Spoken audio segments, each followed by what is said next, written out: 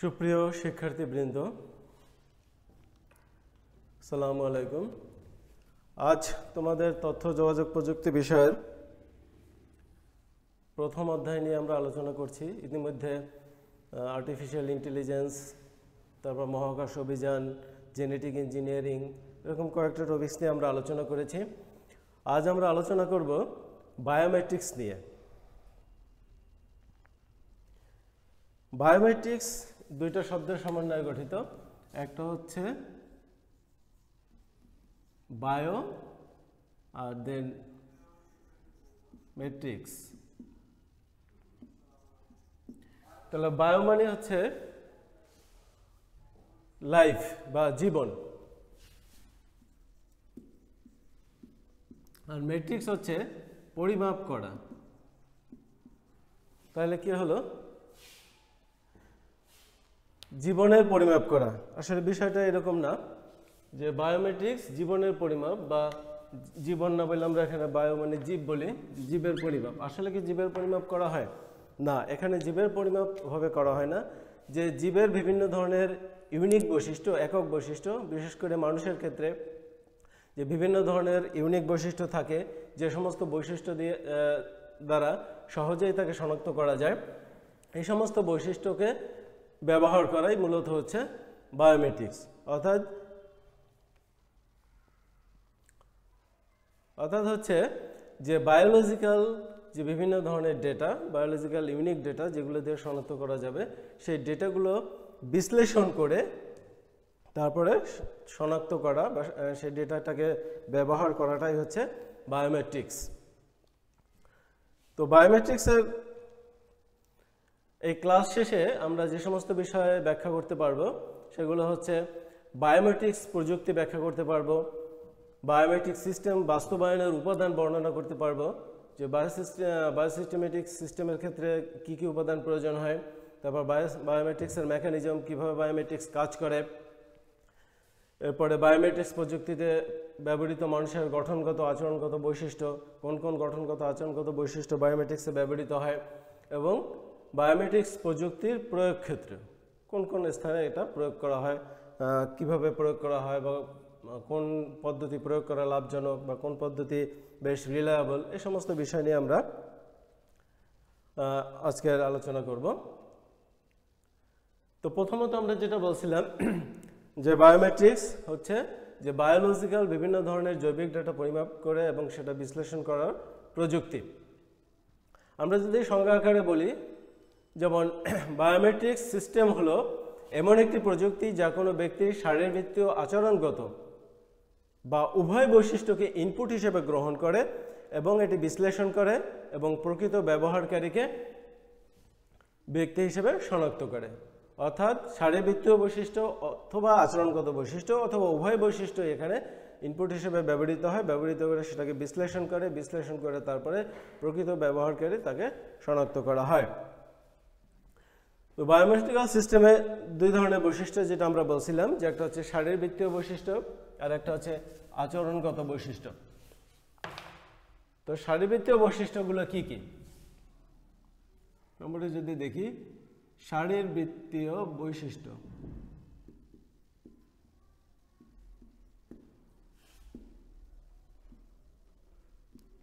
অর্থাৎ শারীরিক গঠনগত বিভিন্ন ধরনের বৈশিষ্ট্য।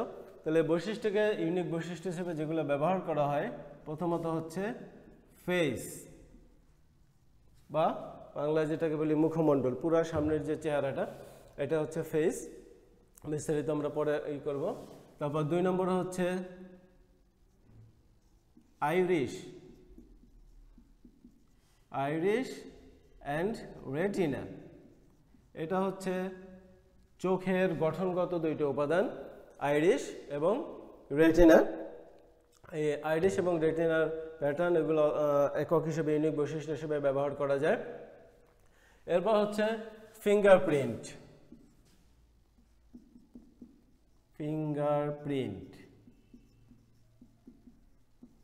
মূলত এখানে আঙ্গুলের ছাপ ব্যবহার করা হয়। তোমরা জানো বিভিন্ন ক্ষেত্রে, বিশেষ করে যখন কেউ নতুন সিম কিনতে যায় তখন তার আঙ্গুলের ছাপ দিয়ে পরীক্ষা করা হয় এনআইডির সাথে। সেই আঙ্গুলের ছাপ মূলত হচ্ছে ফিঙ্গারপ্রিন্ট। তা আঙ্গুলের ছাপও একটা ইউনিক বৈশিষ্ট্য। তারপরে 4 নম্বর হচ্ছে হ্যান্ড জিওমেট্রি।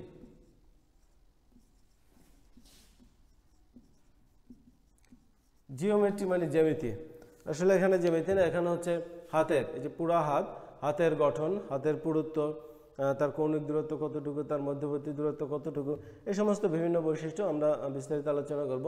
তাহলে এরপর হচ্ছে হ্যান্ড জিওমেট্রি, এবং সর্বশেষ যেটা বলা হয় সেটা হচ্ছে ডিএনএ, ডিঅক্সিরাইবোনিউক্লিক অ্যাসিড। আমরা জেনেটিক ইঞ্জিনিয়ারিং এর ক্ষেত্রে দেখেছি ডিএনএর গঠন, সেখানে আমরা পড়েছি। এই ডিএনএটাও যে একটা ইউনিক বৈশিষ্ট্য হিসেবে ব্যবহার করা যায়, ডিএনএ ম্যাচিং। এটা বিস্তারিত আমি পরের ক্লাসে বিস্তারিত একটু পরে আলোচনা করছি। এরপরে হচ্ছে আচরণগত বৈশিষ্ট্য।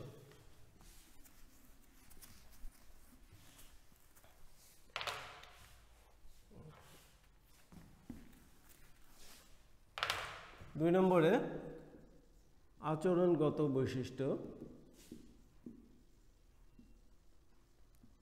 মানে মানুষের বিহেভিয়ার, আচরণগত বৈশিষ্ট্য। তাহলে এই বৈশিষ্ট্যের মধ্যে আছে ভয়েস, কথা বলার যে কণ্ঠস্বর। তোমরা খেয়াল করবে যে আমরা এমনিতে স্বাভাবিকভাবে প্রাকৃতিকভাবে কারো ভয়েস দ্বারা শনাক্ত করতে পারি। যে কণ্ঠ শুনলে অনেক সময় আছে যে না দেখেও কণ্ঠ শুনেও তাকে শনাক্ত করতে পারি যে ভয়েসটা কার বা কণ্ঠস্বরটা কার। এরপর হচ্ছে সিগনেচার ভেরিফিকেশন, সিগনেচার ভেরিফিকেশন মানে স্বাক্ষর ভেরিফাই করা। তাহলে স্বাক্ষর ভেরিফাই করা হয় মূলত যে যখন স্বাক্ষরটা করা হয় তখন বিভিন্ন প্রেসার প্রয়োগ করা হয় সেই প্রেসারের উপর। এবং 3 নম্বরে হচ্ছে সর্বশেষ যেটা কি স্ট্রোক। কি স্ট্রোক যে বিভিন্ন ধরনের কি, আমরা যেমন মোবাইলের ক্ষেত্রে কি ব্যবহার করি, কম্পিউটার টাইপের সময় কি ব্যবহার করি, এই সমস্ত কি স্ট্রোক মানে কিভাবে এগুলো প্রেস করা হয়, কিটাকে কোন ধরনের বলে প্রয়োগ করা হয়, কি গতিতে প্রয়োগ করা হয়, এগুলো একটা ইউনিক বৈশিষ্ট্য হিসেবে ব্যবহার করা হয়। তাহলে এগুলো হচ্ছে আমাদের বায়োমেট্রিক্সের প্রকারভেদ, যে 2 ধরনের বৈশিষ্ট্যের উপর ভিত্তি করে।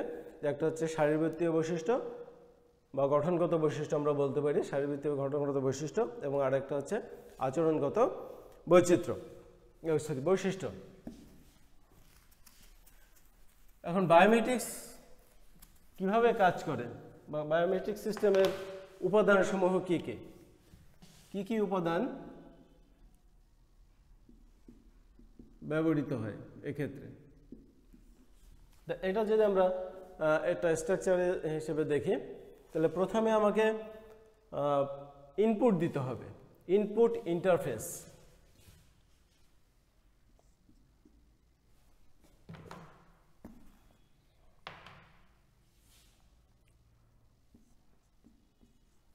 ইনপুট ইন্টারফেস এটা হলো সেন্সরযুক্ত। তাহলে এখানে ইনপুট ইন্টারফেস হচ্ছে যে বৈশিষ্ট্যগুলোকে গ্রহণ করার জন্য বায়োসিস্টেমেটিক্সে যে সমস্ত সংবেদনশীল উপাদান সেগুলোকে গ্রহণ করে সেটাকে ডিজিটাল ডেটায় রূপান্তর করে ইনপুট ইন্টারফেস। এখানে সেন্সর থাকে, সেন্সরের সাহায্যে কাজটা করা হয়। এই ইনপুট নেওয়ার পরে এটা একটা প্রসেসিং ইউনিটে যাবে, প্রসেসিং ইউনিট। অর্থাৎ এখানে যে ইনপুটটা নেওয়া হলো সেই ইনপুটটাকে প্রসেস করা হবে। প্রসেস করে আসলে কি করবে? প্রসেস করবে এবং এই প্রসেসকৃত ডাটা পূর্বে একটা ডাটাবেজে প্রসেস করে তারপর একটা ডাটাবেজে সংরক্ষণ করে রাখতে হয়। আগেই একটা ডাটাবেজে সংরক্ষণ করে রাখতে হয়, পরবর্তীতে যখন আমরা এগুলো চেক করতে যাব, ম্যাচিং করতে যাব, তখন এই ডাটাবেজের সাথে এই যে ইনপুটকৃত ডাটা, এই দুইটা ডাটা এখানে ম্যাচ করানো হয়। প্রসেসিং ইউনিট হচ্ছে এখানে ডাটাবেজের যে ডাটা থাকবে এবং যে ডাটাটা ইনপুট হিসেবে নেওয়া হবে, এই দুইটা ডাটাকে ম্যাচ করা হয়। যদি ম্যাচিং হয়ে যায় তাহলে কি হবে? ম্যাচিং হোক বা না হোক, তাহলে সেটা একটা আউটপুট দেখাবে।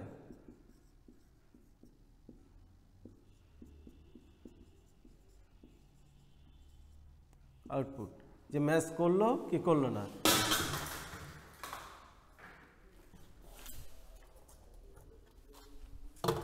Yes or no. তো এখানে মূলত যদি ম্যাচ করে তাহলে ইয়েস হবে, ম্যাচ না করলে হবে নো।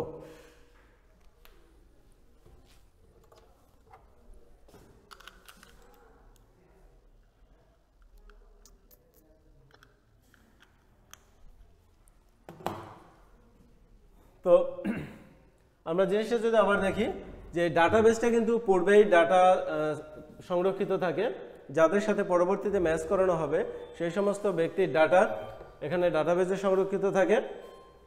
যেমন ধরো কোনো একটা কক্ষে প্রবেশ করতে হবে, প্রবেশমুখে এরকম একটা সিস্টেম থাকবে যে ফিঙ্গারপ্রিন্ট দিয়ে প্রবেশ করতে হবে। ফিঙ্গারপ্রিন্ট দিলে তবে এগুলো বিভিন্ন ধরনের তোমরা হাইফাই মুভি যেগুলো আছে সেখানে তোমরা দেখেছো। তাহলে ফিঙ্গারপ্রিন্ট দিয়ে দরজাটা খুলতে হবে। তাহলে ফিঙ্গারপ্রিন্ট দিলে সে তাহলে শনাক্ত করবে কীভাবে যে কে ঢুকতে পারবে আর কে ঢুকতে পারবে না। তাহলে সেক্ষেত্রে কী করা হয়, যারা ঢুকতে পারবে তাদের ফিঙ্গারপ্রিন্ট আগেই ইনপুট দেওয়া হয়, অর্থাৎ ডাটাবেজে সংরক্ষিত করা হয়। ইনপুট দিয়ে সেটাকে ডিজিটাল সংকেতে রূপান্তরিত করে ডাটাবেজে রাখা হয়। তারপর যে এখানে প্রবেশ করবে সে ফিঙ্গারপ্রিন্টটা দিবে ইনপুট ইন্টারফেসে। ইনপুট ইন্টারফেসে যখন সে ফিঙ্গারপ্রিন্ট দিবে তখন সে ডাটাবেস থেকে এখানে প্রসেসিং ইউনিটে দুইটা প্রসেস করবে। যে প্রসেস করে যদি ম্যাচ করে অর্থাৎ দুইটা একই রকম হয়, যে ডাটাবেসে যে তথ্যগুলো থাকে সেই তথ্যের সাথে যদি ওই ফিঙ্গারপ্রিন্ট মিলে যায় তাহলে সে প্রবেশ করতে দিবে, অন্যথায় প্রবেশ করতে দিবে না। তো সে প্রবেশ করতে দিবে মানে ইয়েস অর নো, তখন আউটপুট ইন্টারফেস হিসেবে যখন প্রবেশ করতে দিবে তখন দরজা খুলে যাবে, প্রবেশ করতে না দিলে দরজা খুলবে না, একটা এরর মেসেজ দেখাবে। তাহলে এ হচ্ছে মোটামুটি বায়োসিস্টেমেটিক্স সিস্টেমের মৌলিক উপাদানগুলো। তাহলে এই কার্যপ্রক্রিয়াটাকে আমরা সংক্ষেপে যদি বলি তাহলে বলতে পারি যে সেন্সর ব্যবহার করে ব্যবহারের কাছ থেকে প্রথমত নমুনা গ্রহণ করা হয়। নমুনা গ্রহণ করে প্রক্রিয়াকরণ ইউনিট ব্যবহার করে নমুনা থেকে গুরুত্বপূর্ণ বৈশিষ্ট্যগুলো, অর্থাৎ যে বৈশিষ্ট্যগুলো ইউনিক বৈশিষ্ট্য হিসেবে কাজ করবে সেই বৈশিষ্ট্যগুলো বের করে আনা হয় এই ইনপুট ইন্টারফেস থেকে। এরপর অ্যালগরিদম ব্যবহার করে ডেটাবেজে সংরক্ষিত নমুনার সাথে ইনপুটকৃত নমুনার তুলনা করা হয়। তুলনা করা হলে যে ব্যবহারকারীকে গ্রহণ বা প্রত্যাখ্যানের মাধ্যমে সিদ্ধান্ত উপস্থাপন করে, অর্থাৎ তাকে প্রবেশ করতে দিবে কি দিবে না। এগুলো হলো আমাদের বায়োমেট্রিক সিস্টেমের কার্যপদ্ধতি কিভাবে কাজ করে। এবার আমরা যে বৈশিষ্ট্যগুলো ইতিপূর্বে বলেছিলাম সংক্ষেপে সেই বৈশিষ্ট্যগুলো নিয়ে আমরা একটু বিস্তারিত আলোচনা করব।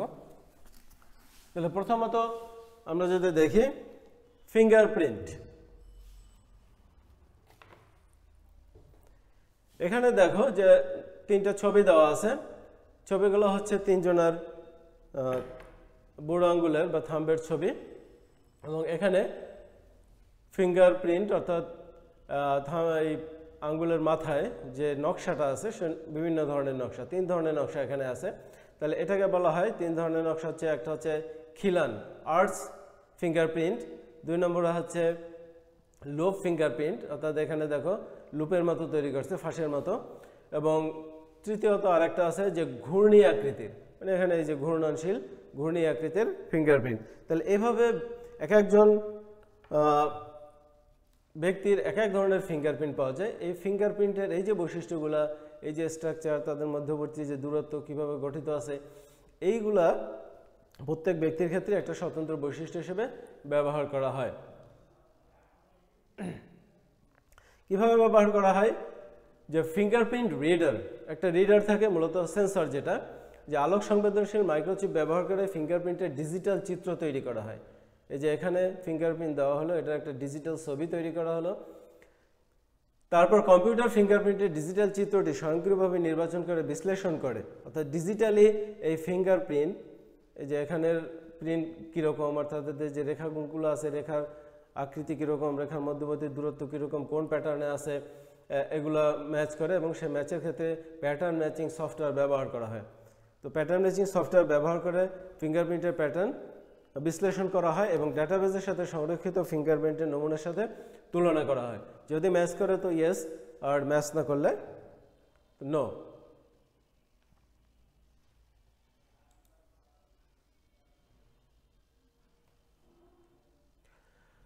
তো এই ফিঙ্গারপ্রিন্টের ক্ষেত্রে কী কী সুবিধা অসুবিধা আছে, এদের ব্যবহার কী, সেগুলো যদি আমরা দেখি, যে প্রথমত খরচ তুলনামূলক কম, অর্থাৎ ফিঙ্গারপ্রিন্টের যে মেশিনগুলো আছে যেগুলো ব্যবহার করে ফিঙ্গারপ্রিন্ট ইনপুট নেওয়া হয় তারপর প্রসেস করা হয়, সে প্রসেসিংয়ের ক্ষেত্রে খরচ ব্যয় কম, শনাক্তকরণের জন্য কম সময় লাগে। যে আমরা যে সেন্সর বা মেশিনটা যদি আমরা ফিঙ্গারপ্রিন্ট ডিটেক্টিং মেশিন যেটা থাকে সেন্সরযুক্ত, সেখানে ফিঙ্গারপ্রিন্ট দেওয়ার সাথে সাথে খুবই দ্রুত এই কাজটা হয়ে যায়, মানে শনাক্তকরণের জন্য খুবই কম সময় লাগে এবং এটা অত্যন্ত নির্ভরযোগ্য, সুরক্ষিত। ডেটাবেজে অল্প মেমোরির প্রয়োজন হয়, অর্থাৎ ডেটাবেজে শুধুমাত্র ফিঙ্গারপ্রিন্টের যে ডিজিটাল চিত্র সেটা রাখা হয়, এতে খুবই অল্প পরিমাণে জায়গা হয়, বেশি পরিমাণে ডেটাবেজের দরকার হয় না। এরপর অসুবিধা আছে, অসুবিধার মধ্যে যে আঙ্গুলের শুষ্কতা, ময়লা বা অন্য কোনো প্রকার আস্তর লাগানো থাকলে শনাক্তকরণে সমস্যা হয়। যে হাতের আঙ্গুল যেখান থেকে ছাপ নেওয়া হবে সেখানে যদি শুষ্ক হয়ে যায়, অথবা যদি কোনো ময়লা লাগানো থাকে, অথবা এর উপর যদি কোনো আস্তর লাগানো থাকে, তাহলে সেন্সরটা ডিটেক্ট করতে পারবে না, ভুল রিডিং দিবে, তখন সে ম্যাচও করতে পারবে না, নন ম্যাচ হয়ে যাবে। আবার অন্য বিষয় আছে যে আমরা কারো ফিঙ্গারপ্রিন্ট, অন্য আরেকজনের ফিঙ্গারপ্রিন্ট যদি অন্য কোনোভাবে প্রিন্টটা নেওয়া হয়, নিয়ে যদি সেই সেন্সরে দেওয়া হয়, তাহলে সে ম্যাচ করবে। তাহলে এখানে ব্যক্তির উপস্থিতি না থাকলে অনেক সময় চর্যবৃত্তি করা যায়। এরপর হচ্ছে ছোটো বাচ্চাদের জন্য এগুলো উপযুক্ত না, কারণ হচ্ছে বাচ্চারা দ্রুত বর্ধনশীল, দ্রুত বৃদ্ধিপ্রাপ্ত হয়, দ্রুত বৃদ্ধির সাথে সাথে তাদের আঙুলের যে ছাপ, ফিঙ্গারপ্রিন্ট, এগুলো খুব দ্রুত পরিবর্তন হয়, দ্রুত বৃদ্ধিজনিত কারণে দ্রুত পরিবর্তিত হয়, কিন্তু যখন বয়স্ক হয়ে যায় তখন অত পরিবর্তন হয় না। কোন কাজে ব্যবহার করা যায়? কোনো প্রোগ্রাম বা ওয়েবসাইটে ইউজার নেম পাসওয়ার্ডের পরিবর্তে আঙ্গুলের ছাপ ব্যবহার করা যায়। আমরা সাধারণত বিভিন্ন ওয়েবসাইটের ক্ষেত্রে, প্রবেশের ক্ষেত্রে, যেমন ফেসবুক, সেখানে ইউজার নেম এবং পাসওয়ার্ড ব্যবহার করি। তাই ইউজার নেম পাসওয়ার্ড ব্যবহার না করে আঙ্গুলের ছাপটাকেও ব্যবহার করা যায়। যেমন বর্তমানে যে আধুনিক যে মোবাইল আছে, উন্নত ধরনের যে মোবাইল আছে, সেখানে মোবাইল আনলক করার জন্য ফিঙ্গারপ্রিন্ট ব্যবহার করা যায়, ফেস রিকগনিশন ব্যবহার করা যায়। 2 নম্বর হচ্ছে প্রবেশাধিকার নিয়ন্ত্রণ, যেটা তোমাদের বললাম যে কোনো একটা দরজায় যদি এই সিস্টেম থাকে যে কারা কারা প্রবেশ করতে পারবে, সেটা ডাটাবেজে থাকবে। তো যখন আঙ্গুলের ছাপ দিবে তখন যদি ম্যাচ করে তখন সে দরজা খুলবে, আর না হলে খুলবে না। ব্যাংকিং পেমেন্ট সিস্টেমে এটা ব্যবহার করা যায়, ব্যাংক টু ব্যাংক পেমেন্ট, এক ব্যাংক থেকে অন্য ব্যাংকের পেমেন্টের ক্ষেত্রে, অথবা অন্য কোনো ক্লায়েন্টের পেমেন্টের ক্ষেত্রে। এরপরে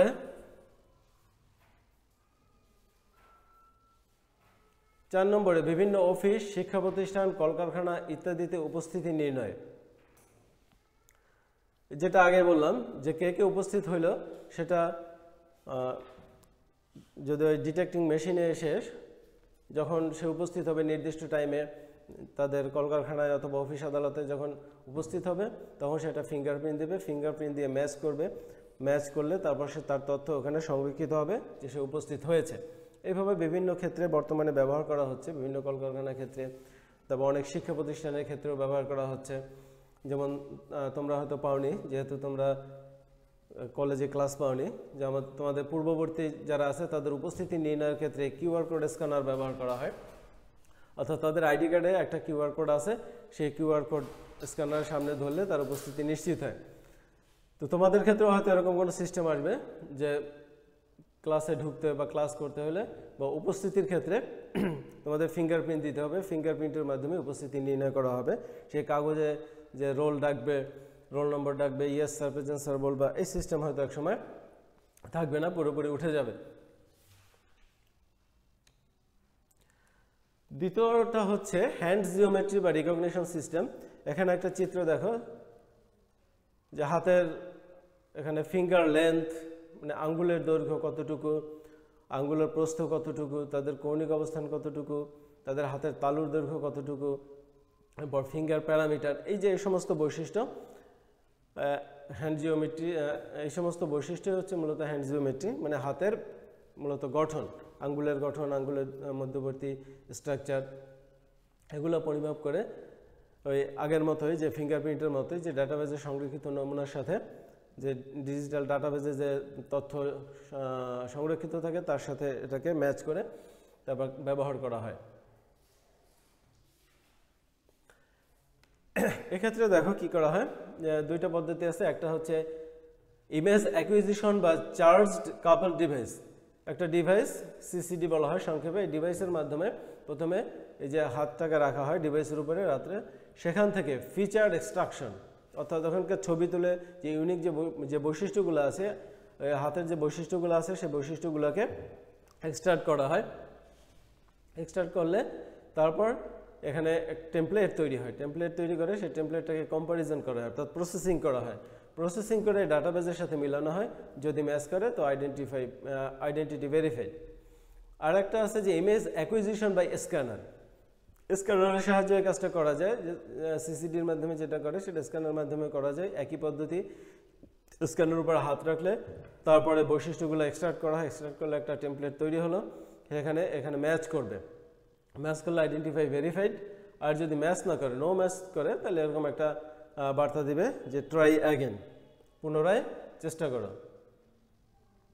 এখানে সুবিধা হচ্ছে যে ব্যবহার করা অন্তত সহজ, একবারে ফিঙ্গারপ্রিন্টের মতোই হ্যান্ড জিওমেট্রি ব্যবহার করা সহজ। সিস্টেমে অল্প মেমোরি দরকার হয়, বেশি পরিমাণে মেমোরি দরকার না।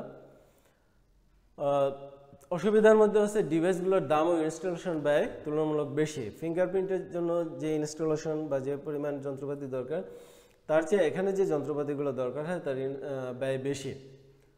ফিঙ্গারপ্রিন্টের চেয়ে এই ফলাফলের সূক্ষ্মতা কম, এটা মানে কম রিলায়েবল বলা যায় যেহেতু সূক্ষ্মতা কম। এবং 3 নম্বর হচ্ছে যে আর্থারাইটিস রোগীর জন্য উপযোগী না। কারণ এখানে ছবিতে দেখছো যে আর্থারাইটিস হইলে যে আঙ্গুলের স্ট্রাকচার ঠিক থাকে না, আঁকাবাঁকা হয়ে যায়, অন্যরকম হয়ে যায়। তো এই স্ট্রাকচার ঠিক না থাকার কারণে যারা আর্থারাইটিস রোগী তাদের ক্ষেত্রে হ্যান্ড জিওমেট্রি কাজ করবে না। ব্যবহার ওই ফিঙ্গারপ্রিন্টের মতো একই রকম, যে এয়ারপোর্টের আগমন নির্গমন নিয়ন্ত্রণ করা যায়। কারণ পাসপোর্টের ক্ষেত্রে যদি হ্যান্ড জিওমেট্রি তথ্য দেওয়া থাকে, ডাটাবেস তোমরা এখন জানো যে ই পাসপোর্ট দেওয়া হচ্ছে। ই পাসপোর্টের ক্ষেত্রে একটা চিপ থাকে, সেখানে যাবতীয় তথ্য থাকবে, ফিঙ্গারপ্রিন্ট, হ্যান্ড জিওমেট্রি সব তথ্যগুলো যদি থাকে এবং থাকবে, সেই তথ্যের মাধ্যমে এয়ারপোর্টের আগমন নির্গমন নিয়ন্ত্রণ করা যায় এবং খুব সহজে অল্প সময়ে হয়ে যায়। তারপর বিভিন্ন প্রতিষ্ঠানে চাকরিজীবীদের উপস্থিতি নির্ণয় আগের মতোই ফিঙ্গারপ্রিন্ট যেভাবে উপস্থিতি নির্ণয় করে, এখানেও হ্যান্ড জিওমেট্রির মাধ্যমে ডাটাবেজে সংরক্ষিত তথ্যের সাথে এগুলো মিলানো হয়। তো আজ এ পর্যন্তই। আমরা আমাদের যেহেতু সময় স্বল্পতা আছে, সময় স্বল্পতার কারণে পুরোটা আজকে শেষ করা যায়নি। আমরা আজকে প্রথম অংশ এ পর্যন্তই। দ্বিতীয় অংশ আমরা পরবর্তী ক্লাসে আলোচনা করব। তা সে পর্যন্ত সবাইকে ধন্যবাদ। আসসালামু আলাইকুম।